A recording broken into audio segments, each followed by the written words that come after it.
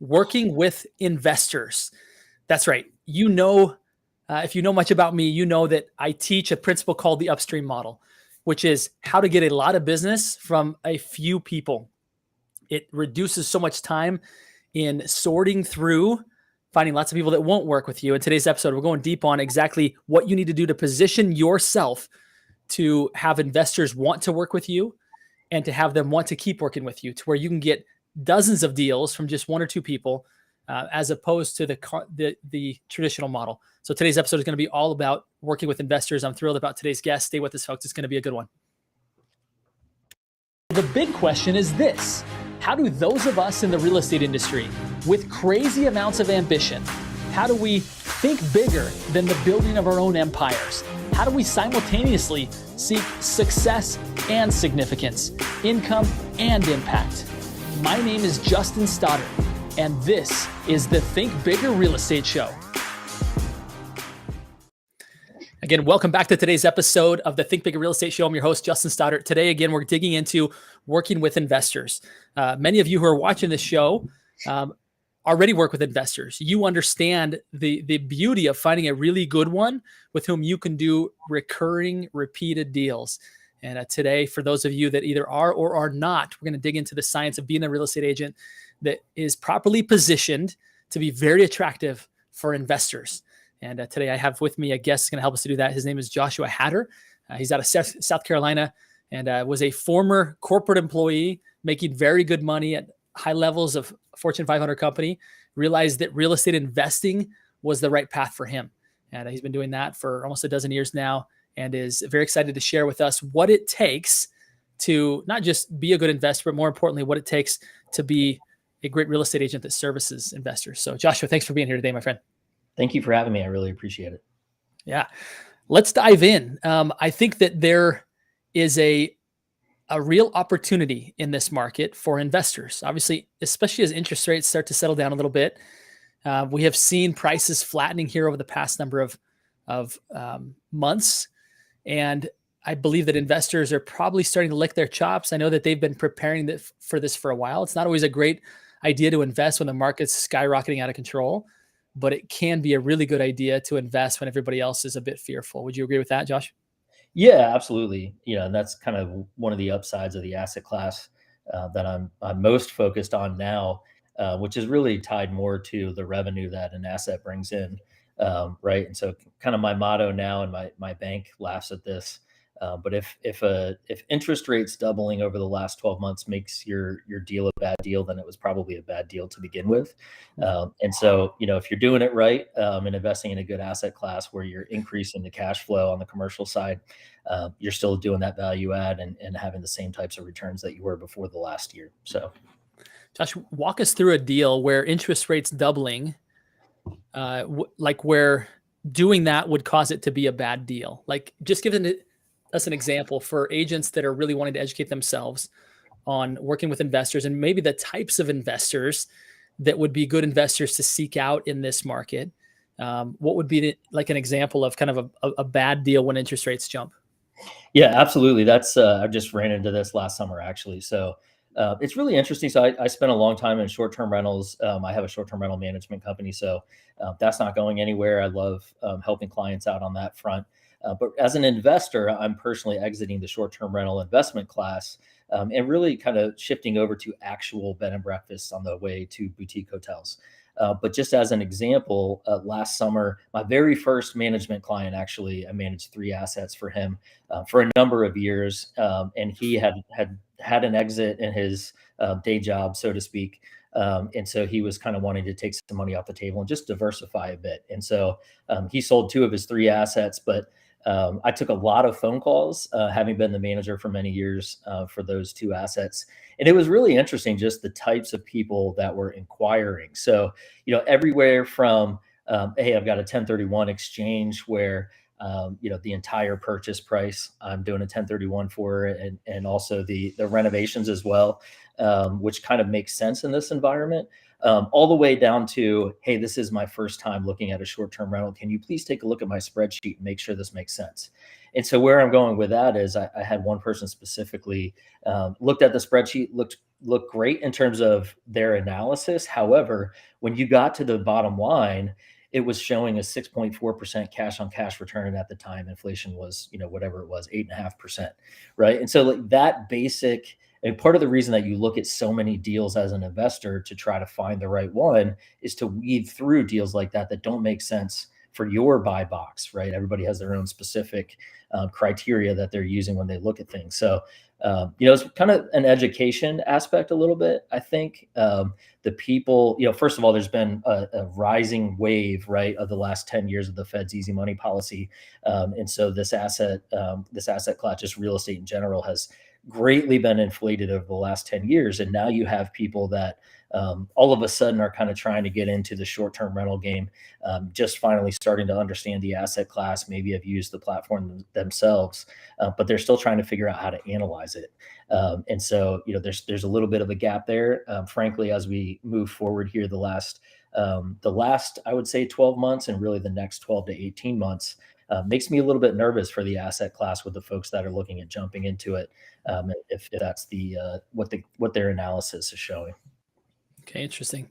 So short-term rentals jumping in now without a lot of experience isn't maybe the best asset class to be getting into in our current times, is what I hear you saying.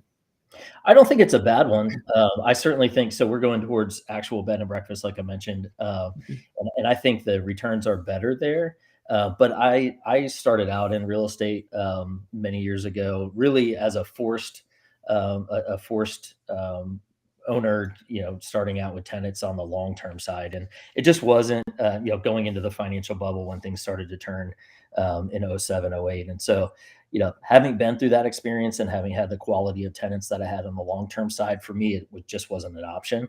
But I love the short term side. Part of the beauty of it for me is I do have a management company, right? So, a lot of the things that I dealt with in the first many years, probably 6 or 7 years, by myself, I don't have to necessarily deal with myself anymore.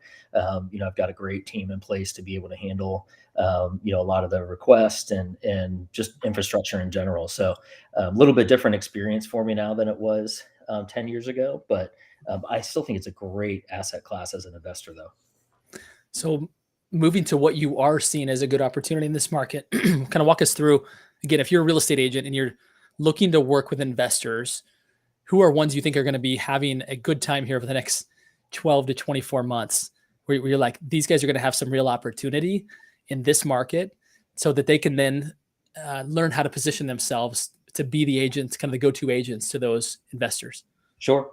Yeah, that's so first of all, feel free to touch base with me individually because short-term rentals are hyper localized. And I'm, email me at josh@joshhatter.com. I'm happy to have the conversation. But this is really interesting, right? Because when you look at one, so we operate in 8 different cities across 2 states right now as a management company, and you have hyper local laws that require different permits and licenses, right? Both as an owner and as a manager. And so you really need to understand that local environment. I'll tell you, kind of the way that I got connected with my preferred realtor in the Charleston area, and love the guy, made me a good amount of money, and just very grateful for the relationship. He's the expert. And so when you look at an environment, a certain market, there's going to be a handful of people that really understand it, that are realtors, and you want to be that person. And I'll tell you, I went to probably 10 showings over the span of a week with a couple of different realtors, and this guy was the listing agent for 7 of them. And so it's one of those things. After that week, I'm like, I don't know who this guy is, but he clearly knows what he's doing, right? And just knowing what those requirements are. For instance, it's got to be in a specific area and also zoned properly in Charleston. And just your basic realtor didn't have that knowledge and wasn't even doing that level of screening, right? Which that's to me is just the basic. That doesn't even get to the actual analysis portion of the investment. That's just your basic. Can I even get a permit to do this, right? And so I think that's the easiest way is really know what you're talking about in terms of the asset class that you're trying to serve, whether it's this or anything else. So looking at that again, if you're listening to this episode and you're wanting to position yourself to investors, don't try and be all things to all people is what I'm hearing you say, right? Is really choose an asset class where you're like, I like this and I think it's going to be a good one moving forward. Now I know you had said this, like it's very hyper local, right? So giving kind of a broad answer to what is going to be a good investment here for the next couple of years. Do you have any more thoughts on that? Yeah, I think I'm headed to bed and breakfast, so I'm going to Okay. trumpet that probably Yeah. for the next 10 years, just Okay. based on the initial research that we've done in the first few deals that we've done. But to your point, I kind of referenced this right before we came on the air, right? The riches are in the niches, so Yeah. don't try to be everything to everyone. I mean, I talk to guys that are using hard money loans, and it's oh, I'm a multifamily guy, plus I do some short term. I'd love to do a B&B. We do some flips.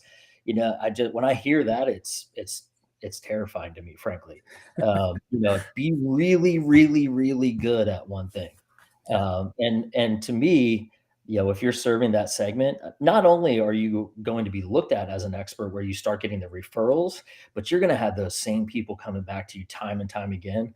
And if you have somebody like me that really believes in an asset class, I'm going to come to you multiple times a year for the deals that I'm doing, right? You're going to get a bunch of deal flow, not just from the deals that I'm doing, but I'm also going to refer people to you, right? Every chance I get. Yeah, that's where this really the upstream model really comes into effect here, right? Is that you find one partner who not only turns you onto their deals, which you're doing bigger deals now, right? You're doing like small boutique hotels, like actual bed and breakfast properties. So that accounts for more than one. Plus, then you're in a network of other people doing similar, right? And everybody wants to know who's the guy, who's the gal, who's the one that is expert at this thing. So yeah, I think that's really sound advice for everybody listening here. Is like what investors terrifies them, and using your own words, Josh, which is somebody who deals with all types of investors, right? It just means they're jack of all trades, master of none. But find something that you're really passionate about, something that you believe in, and go deep on that. Now, what advice would you give to an agent who says, okay, I want to do multifamily, right? Is there some way, if you were starting off or you were recommending it to a close friend to start off, where would they start getting expertise? Obviously, you don't start off today by having 7 of 10 listings in that particular region doing that, right? But where would you recommend they go to really start to get kind of deep dive education to have some level of expertise that then they can build on with their experience? Yeah, I mean, I think you got to find that guy, right? I mean, imitation is the sincerest form of flattery, but Mhm. I would go to that person with my hat in my hand and be like, listen, I understand, or I think I understand the future of this asset class. It's really something I want to be involved in. I'm willing to do anything, right? There are I've never been wrong taking a chance on somebody that's approached me, with that type of perspective. And this is really crazy, but it's so simple. So many people don't ask that, right? Yeah, I mean, very, very. I would say like less than 1% of people. They've honed in on what they really want to be a part of and who the experts are, but they don't reach out. And so, just reach out. Like you'd be surprised. All anybody can say is no, right? And all of us are in sales anyway. So, being able to just kind of brush it off if you don't hear from somebody, I think people would generally be surprised. But I think finding the expert, I mean, I think that's gold. If you find a market that's very mature and also has a couple of people controlling it, you're probably going to get a no. But you won't know unless you ask. And if for no other reason, at least you've done the research, you believe in the asset class, and you know who the experts are. So, if for no other reason, then you at least know who your competition is going forward. Yeah, what I hear you saying was by put out by an author friend of mine. He authored the book called "Who Not How." Right, what I heard you Right. just say, like you can spend years trying to figure out how to do this, or go find go find a mentor, even somebody who potentially you pay a consulting fee to, right? Or you partner on some projects. Say, look, I'll go find the deals. Let's do them together, and let's learn. Like you can teach me through the process and have some sort of split, right? Maybe there's an opportunity to do that. But I agree with you that sometimes I think our own lack of confidence gets in the way of like, who am I to be asking that person? I think sometimes it's ego as well. Is it we like being the expert and we've been doing this a long time, and I don't want to go ask somebody else like hat in hand, like you said, to say, look, hey, this is an area I really want to expand into in the future for my own investment portfolio as well as for people that I work with. You're the expert, like you're the best. There's no doubt about it. Can I buy you lunch? And I'd love to learn from you and also see how I can benefit and contribute to kind of where you're headed. Right. I think when you take that approach, like you said, uh, people who you want to probably have in your network will probably be open to that. Right. People who are kind of Totally. cards to their chest.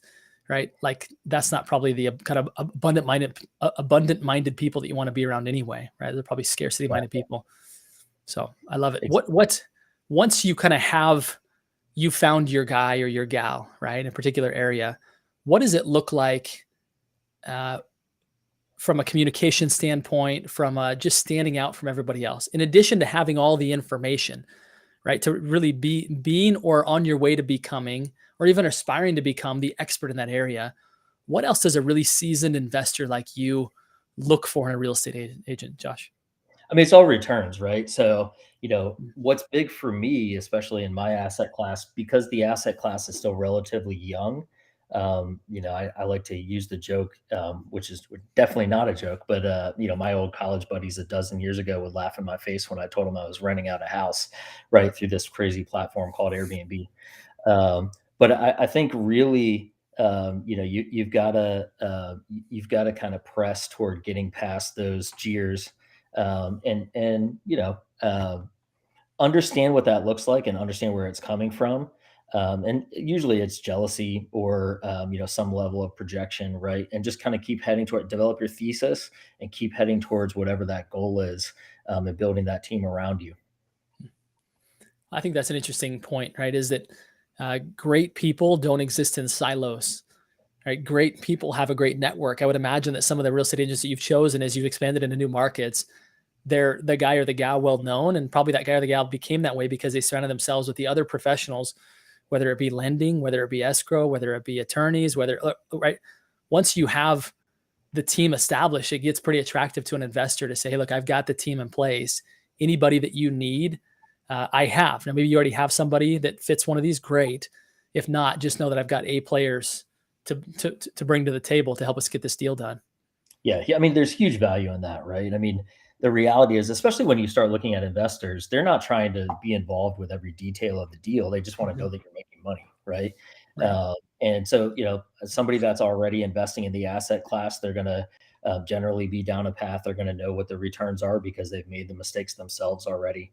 But yeah, I mean, to me, that's somebody that puts their money where their mouth is. They're not just necessarily making money from the transaction. That's huge, because it takes a different type of commitment to an asset class to write a check. And frankly, when you do that, you're going to take it much more seriously, and really kind of do a different level of analysis, and kind of have that experience of going through that process, that due diligence process, to be able to figure out what works and what doesn't. So good. I'm going to ask for maybe one more bit of insight, and then I want to be sure and let people know kind of what you're building, which is really exciting, and it puts potentially an opportunity for people around the country to actually partner with you in a certain way. So let's stay tuned for that. But I want to ask, think about some of the top uh, real estate agents that you work with. Is there anything else that you would say, oh, I love it. I love this person because they do this? Is there one other thing that you can give that would be kind of a real selling point for somebody to develop that really makes them stand out from other agents working with investors? Oh man, I think the number one thing is just reaching out to me, right? So actually, let me boil it down even simpler, because you hit this briefly, but I'll just hammer it home. You mentioned adding value, right? And so being able to add value to a relationship, it doesn't matter what the relationship is, whether you're on the buy side or sell side, if you're trying to work with investors or you're the one actually looking at an asset class, right? And you're ready to write the check yourself. You've got to add value, right? And I mean, I try to approach every relationship like that. And so, the top couple of guys that I would say are experts in my market for this asset class, they both have a significant amount of their net worth tied up in the asset class. And so, there's a reason that they're experts because they've gone Mhm. through that level of analysis. Interesting. But they add a tremendous amount of value, right? And so when you're at that point, these guys now they know when something's going to hit the market, and they know if we should make an offer prior to something hitting the market, or if it's going to be overpriced, which a lot of things are now, right? We're starting to kind of see a little bit of that softening. So there's just so much value there in that perspective, because at this point, both of these guys in Charleston have, a decade of experience. That's great. Yeah, put your money where your mouth is, right? And there's so much more you can learn. All right, share with us really quickly, Josh, and I've got one more question after this. But if you'll tell us kind of what you're building, which I think is pretty cool, and maybe why you're building it. I know you kind of mentioned being on the right side of the hotel lobby. Talk to us a little bit about kind of what you're building, the fund that you're building, which is pretty cool. Sure. Yeah. It's so I just listed my last short-term rental investment that I own any piece of last Friday, and so that's kind of my last asset as an investor. My management company will definitely still manage STRs, but I'm really headed more what I kind of call it the value chain in hospitality, and so kind of dipped my toe in the short-term rental market, but I really see value add opportunity, particularly in the bed and breakfast space. So, when you go from your short-term rental that may have 6 or 8, 10 bedrooms, and then you go to a 6, 8, 10 suite, basically small hotel, really the primary differentiator, two different things. You can rent out each room individually, which we just sold an 8-bedroom short-term rental duplex last November, and you can only rent it out 4 at a time because that's how the units were divided. So you can rent out each individual suite, and then also doing one night stays. So obviously for an 8-bedroom, 8-bath duplex like we just sold, doing a one night stay that can sleep 16 people is basically inviting liability, which I'm trying to get away from at this phase of my life. So, those two things, I think I drastically kind of underestimated the returns even myself. I would say we fell into it a little bit. The very first one that we bought was really just listed as a real estate transaction. It was a absentee owner. She was operating it remotely from Alpharetta, Georgia. And so, we kind of did a couple of value add things in terms of rate management, and then operated it for 7 months before we shut it down to do a studs out renovation. One of my partners is a home builder. So he'll build anything from spec homes to even specializing in these historic short-term rental and boutique hotel renovations. So, obviously huge to have a partner like that. I bring my management team to the equation as well too. Just brought on another partner that's in the media space. So just in terms of branding and marketing and really trying to create a brand around this, that's kind of where we're at. So started looking really across the Southeast. We've got a half a dozen cities that we're looking at now. Starting to look at the potential of raising capital and adding folks to our capital stack. So to me, it's a super exciting investment class. I think generally when I look at who we're buying from, in terms of what the customer avatar is, it really is this is their last job before they're retiring, and usually it's a husband and wife, or unfortunately somebody's deceased, right? So that may create some opportunity there too. But if it is a husband and wife, they show up every day, they make breakfast themselves, they have relationships with these guests. They generally aren't super technology forward, although I'll say the one that we bought in December, he did a lot of things right on that front. So we're trying to just continue that. But generally not super tech forward, and then generally haven't made a whole lot of massive renovations in the last X number of years during their ownership. And so, when I look at the partnership that we bring to the table, it really is just some basic things that allow us to kind of maximize rates, but then also do the renovation, the historic renovation, keep the really cool things from the 1800s, even 1700s with this last one that we bought, and then really kind of provide the modern amenities that people are used to in hotels. So it's been an interesting path. I'm seeing the same thing in the cities that we're starting to look at. We're headed to Savannah a week from Friday just to look at half a dozen deals down there. And so, I've generally kind of seen the same thing across the asset class. I know there are a few other folks really taking a look at this now. And I think the opportunity is great. I think it scares away most people because it's much more labor intensive. You can't get away with some of the hands-off perspective that you have with an Airbnb or a VRBO. And so because of that extra labor intensity that's involved, which also comes with a cost, obviously, I think some people are scared away by what they don't know. And so it's just an asset class that we're super excited about. And there's there's all kinds of nuggets of wisdom in there, right? I mean, going back to the whole premise of this show is teaching real estate agents how to be attractive to investors. And I think the principle you just shared with us there is that just because, excuse me, just because it's a little bit hard doesn't mean you should do it. Or sorry, doesn't mean you should not do it. In fact, that may weed out all the pretenders, Totally. right? And that's exactly what you guys are realizing is that, hey, this is a great opportunity because it's a little more difficult. Whereas we as like human nature, the tendency is to say, you know what, it's kind of hard. I don't think we should do it. That may be the very reason why the opportunity is so ripe. And Totally. and as I've met with investors, been an investor, obviously the more doors you can get under one roof, your liability goes down, right? And your potential for proceeds goes up.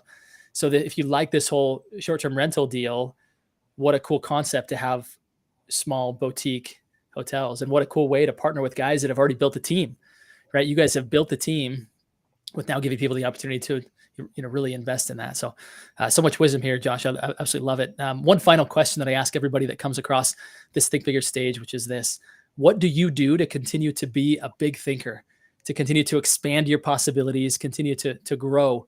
What does that look like for you? Yeah, it's I would have to give my wife a shout out here, because if you don't have a tolerant spouse, it makes that a lot harder. There's I think some people, and I've talked to buddies, right? And some people are in the space where it's just like, why do you work so hard? We have what we want, you know? And I think and by the way, I'm 41, just got married in October, so I'm super new into this. For anybody that wants to make fun of me for being married for 3 months instead of 20 years, but it really, I think, like, I kind of joke that she's my superpower, and having that support is incredibly huge, especially when you're looking at asset classes that most people would overlook. There's got to be, not only do you have to be confident in your own investment analysis, but to be able to share that with people close to you and people that rely on you too. I mean, it's a huge thing, not only to be able to share that freely, but have people believe in that, right? I think that's kind of the number one thing for me. I mean, if I was fighting my wife on every deal, like, oh, we've got to do this, and then we'll be able to hit this level. I mean, it would just be very, very different. But having that level of support, and understanding the vision, frankly, I don't think I understood how important it was, before 3 months ago. So just, incredibly grateful at this point in my life, to have finally, been at that point. And so to me, that's kind of the number one thing. I think I also try to always learn, right? So I'm always reading multiple books. I kind of, put out in the early January every year, put out this is what I read last year. And I joke that I rank them from 1 to 5 stars because that's what people do with me in my normal life, running short-term rentals and B&Bs. But yeah, I mean, you always have to learn, right? I mean, you have to fail forward. To me, I think as an entrepreneur, your definition of failure completely changes. You view it as part of the process, and you kind of lean into that, right? So the things that scared me a dozen years ago just don't anymore. I think you understand to learn the context, and do I have a market maybe where there's some education here, but there's still some value in the asset class, or do I just not know what I'm talking about and I need to pivot, look at something else? And so I think some of that comes with trial and error, but really continually trying to learn and then fail and fail forward and just keep moving forward, and surround yourself with people that are going to make you be the best version of yourself. There's so many people, I think, unfortunately, I hate to, continue to drone on here, but this is super important. I think people, generally the people closest to you may be the biggest detractors. And it breaks my heart to see, if somebody's, going to their spouse or their parents or whatever, and they feel like that they can't move forward with an idea they really believe in because the important people in their life don't believe in it. And so that's just so important to surround yourself, I think, with people that believe in your vision and your dream, and they're going to be there for you whether things are good or things are bad. Such great advice from a show that believes in creating not just success but significance, not just income, but a great life and great relationships to be able to enjoy those things. So Josh, appreciate all that you shared with us today. Thanks for helping us to think bigger. And again, my final request of everybody listening here today are these 3 simple words. You know what they are. Go think bigger. Thanks for helping us do that today, my friend.